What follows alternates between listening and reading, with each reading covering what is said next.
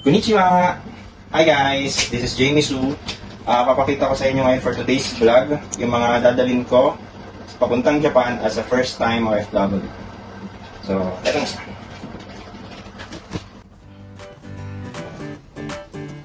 Ayan. Ito yung mga basics natin pwedeng dalhin. Meron tayong shoebox, shoe bag. Sponsored by May Bayaw. Ito, yung pants and long sleeves. Kasi kailangan eh. Medyo malamig daw din.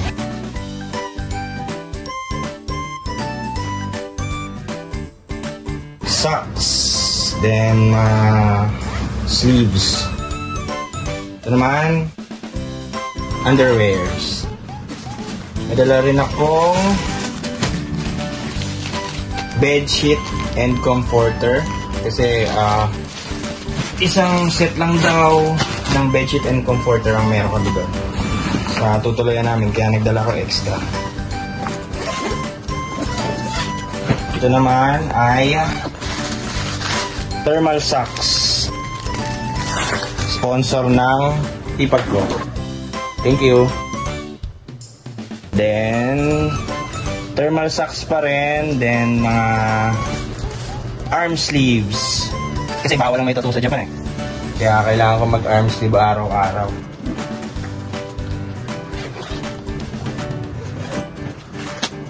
Dito naman yung mga uniform. Kasi mag-aaral pa kami ron for 1 month. Kailangan namin tong uniform na to. Jogger pants, yun ang suot namin doon.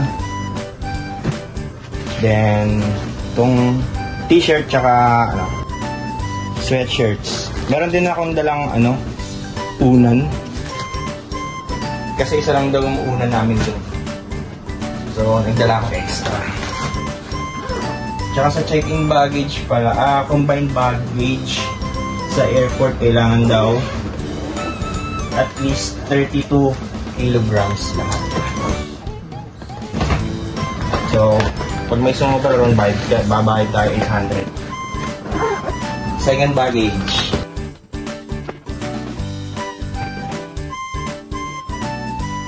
Jacket, pang lamig. Then, yung sleeper na gagamitin ko. Essentials natin, toothpaste. Then, baunana. Kailangan to eh.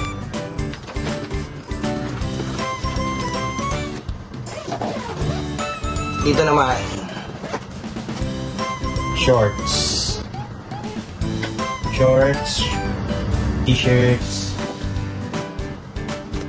towel, then yung mga food na kailangan natin. Kasi dapat tayong pambili doon, so ito muna gagamitin natin. Saka na tayo bibili. Yan, candies, mga dilata, toyo, soy sauce, iba daw ang toyo ron yan. Then mga sauce, pansit canton, tsaka to. Yung mga gamot, toothbrush, nasa tawag ito, sa hand carry ko. Doon ko na lang sila lalagay para madali mo makuha. Sa ngayon, ito lang yung gamit kong dadalhin doon. Pangit naman, sobrang dami. So ito na nga guys yung mga dadalhin kong gamit papuntang Japan. Then sana samahan nyo ako sa journey ko para mapanood nyo pa rin yung videos. Thank you so much. Arigatou gozaimasu.